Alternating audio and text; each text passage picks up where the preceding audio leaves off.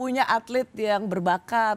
Itu sebenarnya Mas Rosan tuh susah-susah gampang gak sih? Karena kan atlet itu juga dia tentu punya kehidupan pribadi yang jangan sampai merusak mood latihan dia atau prestasi dia. Sebagai bapaknya atlet gimana? Ya, saya tuh menganggap mereka tuh seperti sudah kayak anak-anak saya lah. Dan setiap anak kan beda-beda. Ada yang pendiam, ada yang mungkin lebih talkative, lebih banyak bicara, ada yang lebih aktif. Ya kita. Rizky ini termasuk yang unik ya? Dia termasuk yang unik, yang aktif, yang very outgoing. Pokoknya orangnya ramah, ya dan apa-apa juga harus kita kasih tahu yang benar gitu. Jadi ini sangat-sangat apa ya? Dia sangat-sangat terbuka lah orangnya, sangat-sangat friendly gitu. Tapi di satu sisi kita juga selalu ingatkan bahwa dia nih kalau mau menjadi atlet dunia, yang tetap mesti disiplin, mesti komit, mesti fokus. Jadi yang dasar-dasarnya kita kasih tahu semua bahwa ini nih harus ada di semuanya gitu. Dalam pengembangannya mereka punya karakter masing-masing, itu silahkan. Kan kita harus hormati itu juga gitu. Tapi basic-basicnya itu komitmen, fokus, disiplin. Kalau nggak ada itu kita coret dari pelatnas. Dan itu pun kita sudah lakukan. Olimpian pun kita pernah coret dari pelatnas. Karena Disiplin. Karena tidak disiplin, mau keluar dari pelatnas, mau latihan sendiri, dia Olimpian, meraih medali, tetap kita coret. Gitu. Jadi kita tidak ada pengecualian, walaupun dia adalah Olimpian. Kita tidak ada pengecualian. Akhirnya datang juga Rizky. Jagoannya datang, jagoannya. Oh, hai Rizky.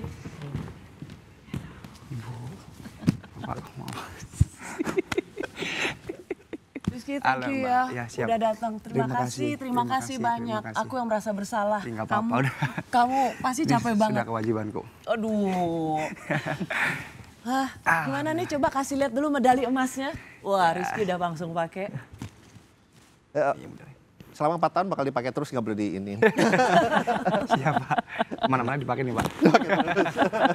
Wah, berat nggak? Berat Pak, coba dicek. Ya.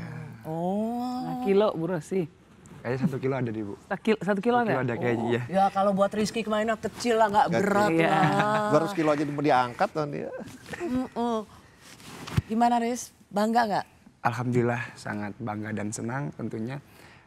Tapi semua ini lebih ke terharunya ya.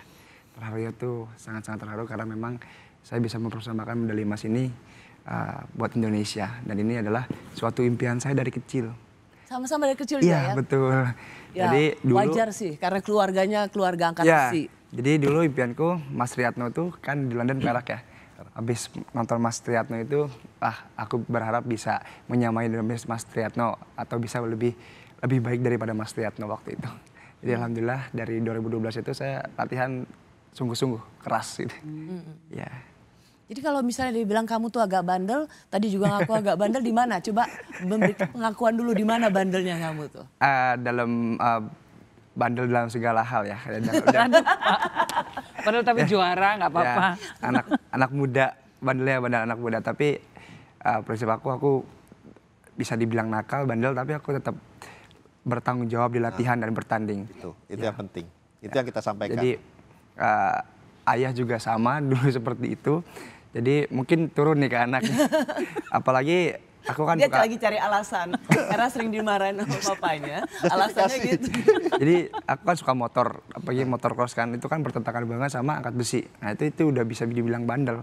Jadi setiap abis latihan nih hari Jumat, Sabtunya itu aku biasanya main trail gitu kan. Itu kan berbahaya sekali kan kalau untuk main motor trail itu kan. Apalagi sedikit lecet di jari itu angkat besi itu sangat fatal. Memungkinkan ya karena fatal banget gitu kan, tidak bisa ngegrip atau lutut bagian kaki nggak bisa jongkok gitu kan, apalagi suka pegel di pinggang. Tapi alhamdulillah sampai saat ini belum pernah aja ada cedera sedikit pun, mungkin ya sakit-sakit aja tapi itu pun sakit pegel ya. Tapi alhamdulillah saya bisa jalanin dan bisa obati dengan cepat dan lancar. Iya, saya baca kamu tuh sampai ditulis di koran Kompas tuh sebagai anak ajaib karena dengan seluruh cerita dari keluargamu, kamu tuh bandel itu dalam arti sangat aktif. Iya. Udah tahu atlet angkat besi, tangannya harus dijaga, tapi malah motor trail, tidurnya malam, Iya. Begadang terus? Kalau begadang nggak setiap hari. Oh.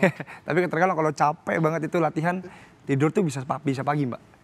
Bisa pagi. Tapi memang sudah biasa sih angkat besi. Senengnya seperti ngopi, itu. Iya. nggak mau minum vitamin. Minum vitamin. Sekarang? Rajin. Aku kalau minum vitamin rajin. Oh, rajin. Ya, tapi kalau minum susu ya protein, enggak. Oh, bapaknya bilang sekarang. Terus makannya sembarangan, Iya, tapi makan aku beruntung. sembarangan, Kok bisa alhamdulillah sih kamu nggak lemaknya di bawah 4%? Aduh, aku sendiri juga nggak tahu, Mbak ya. Aku dengan badan yang kurus ini, ya mungkin aku bilang kurus, tapi orang bilang besar. Ada yang bilang bilang kurus, ada yang besar kan. Tapi aku cek sama dokter spesialis kesehatan, fat aku terakhir itu 4,2. Dan itu tidak memungkinkan untuk latihan angkat besi, apalagi bertanding kan angkatnya maksimal. Di latihan juga kita mengangkat maksimal kan sampai ratusan kilo gitu kan. Terus pemanasan juga kan kita dari mulai 20 kilo misalkan kan sampai 190 kilo, itu kan butuh energi yang harus benar-benar matang gitu kan. Apalagi kita membutuhkan energi cadangan, dan kita tuh harus butuh fat tuh di atas 10 minimalnya. Untuk lelaki itu biasanya 12 sampai 16. Ya kalau putri itu 10 sampai 15. Nah, sedangkan aku di bawah rata-rata gitu. Tapi dokter sendiri, loh kok ajaib banget ini anak kan. Bingung gitu kan. Kok bisa dengan tingkat lemak di bawah 5% tapi bisa angkat berat seperti itu? Itu sama sekali tidak kerasa sama aku, Mbak. Dan nggak ada pengaruhnya sama sekali. Di latihan aku tetap enjoy, tetap bisa maksimal, tetap berkeringat banyak. Kamu terbuat dari apa, Rizky? Kita ngirim makanya lemak kita mau sumbang aja tadi. Ya. Tadi Pak Rosan juga sempat mengingatkan kita semua bahwa sebenarnya waktu kualifikasi Piala Dunia Rizky sempat usus buntu ya? Iya, operasi usus buntu. Operasi. Dan itu usus buntunya dibuang, bukan ditambal ataupun dioperasi di sebelah kanan, dibuang dari perut bawah. Jadi ceritanya waktu itu bulan September awal tanggal 1 aku kena sakit. Dikira aku tuh sakit masuk angin biasa atau demam biasa, tipes biasa. Akhirnya aku cek ke dokter, itu usus buntu. Itu udah 3 hari aku diemin. Ya dikiranya kan cuma asam lambung atau biasa kan aku punya asam lambung. Tapi aku cek ke dokter, dibawa sama ayah waktu itu ke Siloam. Pas dicek itu di MRI itu kena usus buntu. Dan usus buntunya tuh bukan yang luka atau lecet, ini udah pecah. Jadi otomatis udah harus dibuang. Gimana tuh? Udah harus dibuang. Jadi tapi usus buntunya itu masih utuh. Masih utuh segini tapi udah pecah posisinya. Nah, itu kata dokter tuh ini nggak ada pengaruh yang dari makanan atau dari istirahat, semuanya emang nggak ada pengaruhnya sebenarnya usus buntu. Memang udah ya takdir aja lah, aku pikir takdir aja kan. Tapi alhamdulillah aku bisa lalui itu semua. Terus tanggal 4 September itu aku selesai recovery ya, istirahat dari rumah sakit, dan aku memaksakan untuk berangkat ke Arab Saudi. Ini Bapak yang memaksa dokternya untuk sama Pak Joko memaksa untuk tanda tangan karena dibolehkan berangkat ke Arab Saudi, karena memang waktu itu ada kejuaraan dunia Grand Prix buat qualify Olimpiade, dan itu wajib diikutkan. Kalau misalkan aku tidak ikut kejuaraan itu, aku tidak bisa mengikuti Olimpiade kemarin di Paris. Gugur otomatis. Ya, aku memaksakan ke sana itu dalam keadaan berdarah, masih ada jahitan staples,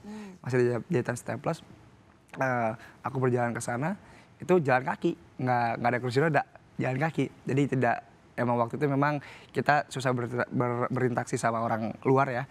Jadi paksa jalan kaki, dan alhamdulillah sampai di Arab Saudi pukul 5 pagi. Itu tanggal 5. Dan itu aku langsung bertanding di jam 4 sore. Itu paginya tuh kita sauna dulu 3 set. Karena memang berat badan aku habis recovery operasi itu 76. Sedangkan aku main di kelas 73 kg. Dan otomatis harus kurang lebih 3 kilo kan. Aku harus sauna 3 set waktu itu. Dan puasa 2 hari habis usus buntu itu ya, habis operasi. Tapi alhamdulillah bisa terlewati semuanya gitu. Dan para presiden IWF dan pengurus-pengurus IWF itu sangat mengapresiasi aku bisa datang dalam keadaan berdarah-darah perutnya. Datang aja ya? Datang aja. Dan aku datang itu timbang badan, akhirnya masuk waktu itu 7310 karena kan kita dikasih space 7325 dan akhirnya bisa perkenalan say hi seperti ini gitu kan, saya kepada wasit sama penonton. Itu sudah dinyatakan bertanding walaupun kita tidak mengangkat di panggung. Nah, misalkan kita udah di panggung, selesai, terus kita udah pulang, itu sudah berkatakan ada gitu Yang orang. penting kamu presence. Iya, Iya. jadi Dan masuk. poinmu kebetulan tinggi ya, Tinggi. Mas Iya. Rosan ya. Tapi waktu itu poinku sebenarnya masih kurang. Masih kurang sama seniorku kan yang memang dia tinggi banget kan. Aku kan punya vet juga nih sama seniorku. Jadi aku harus benar-benar mengejar di angka yang tinggi. Dan itu harus mengejar 11 kilo. Dan itu mustahil dalam waktu dekat. Untuk angkat besi. Karena kan olahraga angkat besi itu terukur. Apalagi di kelas yang sama, 73 kg. Terkecuali kita naik kelas nih, misalkan 73, langkahnya ke 81 kan. Nah itu mungkin memungkinkan karena power dan energinya lebih banyak lagi gitu kan. Tapi 73 kg itu kita harus menahan berat badan, menahan makan gitu kan. Tapi bagaimana bisa kita latihan inisiatif dengan biasanya gitu, normal gitu kan. Alhamdulillahnya saya pulang itu waktu itu posisi udah parah banget di berdarah nih. Terus buka sendiri, itu buka sendiri kan karena nggak ada dokter waktu itu. Buka sendiri, beli Hansaplast, beli ya seperti Hansaplast gitu, yang tahan air di Arab Saudi, maksain tanggal 6 udah pulang lagi ke Indonesia. Tanggal 6 udah pulang lagi ke Indonesia. Udah habis itu recovery, kita buka jahitan sama dokter, itu bukan dibuka paksa. Bukan laparoskopi. Buka berarti dibuka. Iya dibuka. Ininya, di belek gitu ya. Di belek Bu, kayak disesar gitu, cuman kita berarti itu dijahitnya jahitannya. pakai staples. Staples. Macam Itu besi lebih itu, ini jadi lagi, 10 iya, cm. Ada 12 biji. Nah itu udah ada bagian yang terbuka, jadi ya harus dibuka paksa Bu. Harus Iya, dibuka staples kan harus ya, dicabut nanti. Iya, dicabut, itu pun dibius setengah ya, jadi bius setengah. Dan aku nyaksikan dia sambil ketawa-tawa aja sambil nahan sakit. Kan dibuka emang masih basah lukanya. Dan dokter bilang, duh ini nggak bisa latihan dan bertanding selama 6 bulan. Minimalnya tuh 6 bulan. Maksimalnya sembuh-sembuhnya 1 tahun. Wah habis itu aku stres. Tapi banyak orang-orang, terutama orang tuaku dan keluargaku yang menginspirasi lagi, membangkitkan semangat lagi. Kayak Pak Rosan ini sudah sangat-sangat mensupport banget kepada aku ya. Waktu itu sangat membantu banget gitu kan, dari segi apapun, dari Pak Joko juga gitu kan. Menginspirasi lagi, mengasih semangat lagi, dari aku timbul semangat baru lagi waktu itu. Karena memang tujuan aku pengen ikut Olimpik, tapi waktu itu ayahku bilang, oh jangan memaksakan gitu kan. Pak Joko juga, federasi juga, jangan memaksakan lah katanya. Udah cukup nggak apa-apa, Olimpiade masih ada 2028, waktu itu udah Dan diketok kamu masih palu ya muda Pak ya. begitu mungkin Iya, waktu itu pikirannya kita ya. juga bilang udah jangan paksain, masih panjang perjalanan. Tapi ada babak kualifikasi berikutnya. Iya betul Pak, waktu itu ada kualifikasi di bulan Februari di Uzbekistan, kejuaraan Asia. Nah saya itu mulai berlatih itu, berlatih kecil-kecil itu di bulan November. Itu pun baru bisa jalan normal. Sebelumnya masih bungkuk-bungkuk aja gitu kan, masih ngerasain mules, sakit. Di November pertengahan itu saya mulai jalan kaki pagi-pagi gitu kan. Terus memberanikan naik sepeda. Terus belum boleh pegang besi itu sama ayah, karena emang saya sendiri takut gitu kan. Ini luka masih basah karena itu dijahit lagi. Di bulan November akhir itu saya dijahit lagi pakai benang 2 kali. Pakai benang itu, dibenang. Nah, katanya 1 minggu kering, gunting. Saya gunting sendiri di rumah, nggak ke rumah sakit. Sampai dokternya bilang, aduh bandel sekali nih anak. Saya gunting sendiri. Aku kirimkan fotonya nih dok. Aku udah gunting sendiri. Terus habis dari itu beberapa hari ke depan aku mulai latihan angkat besi itu batang-batang aja, karena udah gatal banget lihat tempat latihan di rumah tuh. Udah rasanya tuh pengen, aduh kayak gatal gitu, pengen ngangkat gitu kan. Namanya apa ya, anak muda terus nakal kali Mbak ya. Jadi pengen ini terus gitu kan. Terus aku nyobain batang-batang gitu kan, alhamdulillah nggak ada rasa gitu kan. Nah tapi di saat besok-besoknya aku merasakan kayak, oh ini masih danger nih, masih hati-hati nih, masih basah kan, dokter bilang jangan dipaksain kan. Ya udah akhirnya waktu itu latihan cuma beberapa persen aja, tapi aku ngerasain masih agak mulus-mulus tuh waktu itu. Sakit sih enggak, mulus-mulus aja. Saya mulus-mulus, terus buang air besar tuh nggak nyaman. Nggak nyaman karena memang aku merasa trauma, mungkin ya traumanya yang sangat besar, takut karena ini udah terbuka banget kan. Apalagi kan perut ini rongga yang sangat-sangat bahaya kan, apalagi kan ngembung, suka kurus gitu kan. Apalagi kita kalau latihan pakai sabuk. Pakai sabuk itu kan kenceng banget kan, pakai sabuk kenceng banget. Alhamdulillah waktu itu kita latihan pakai sporter ini, penyangga ininya 2 Bu, double 2. Alhamdulillah latihan, terus ya sampai semuanya nyemangatin, kayak aku lebih semangat lagi. Alhamdulillah latihan itu dapat sekitar 2 bulanan, Desember tuh mulai bener ada program. Itu pun programnya santai banget, nggak ada target buat medali atau ngangkat segini nggak ada. Ya udah aku ikut kejuaraan, didaftarin waktu itu karena memang entry by name sudah masuk di Uzbekistan dan alhamdulillahnya aku bisa pecah rekor junior waktu itu. Iya. 158. Itu udah usus buntu ya? Udah usus buntu.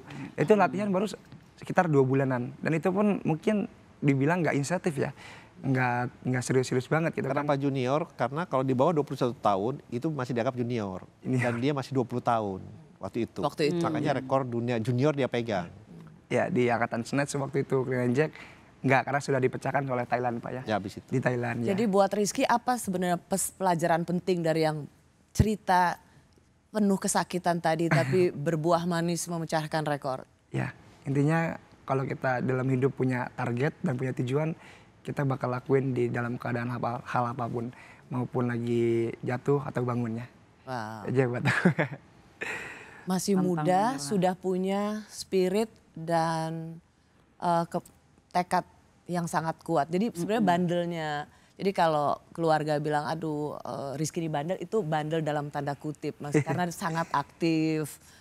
Tapi bandelnya Rizky itu juga bisa kelihatan betapa dia melawan rasa sakit setelah operasi usus buntu. Tapi melawan rasa sakit itu justru dengan latihan yang serius. Iya. Terima kasih ya Rizky. Sama-sama. Sekali lagi selamat. Terima kasih banyak. Fredrik juga sedikit aja dari Fredrik. Apa pelajaran paling penting dari pencapaianmu saat ini supaya bisa ditiru oleh banyak anak muda Indonesia lainnya? Yang penting itu jangan pernah menyerah. Yakin pada apa yang kita lakukan pada hari ini akan memberikan hasil yang baik di masa depan.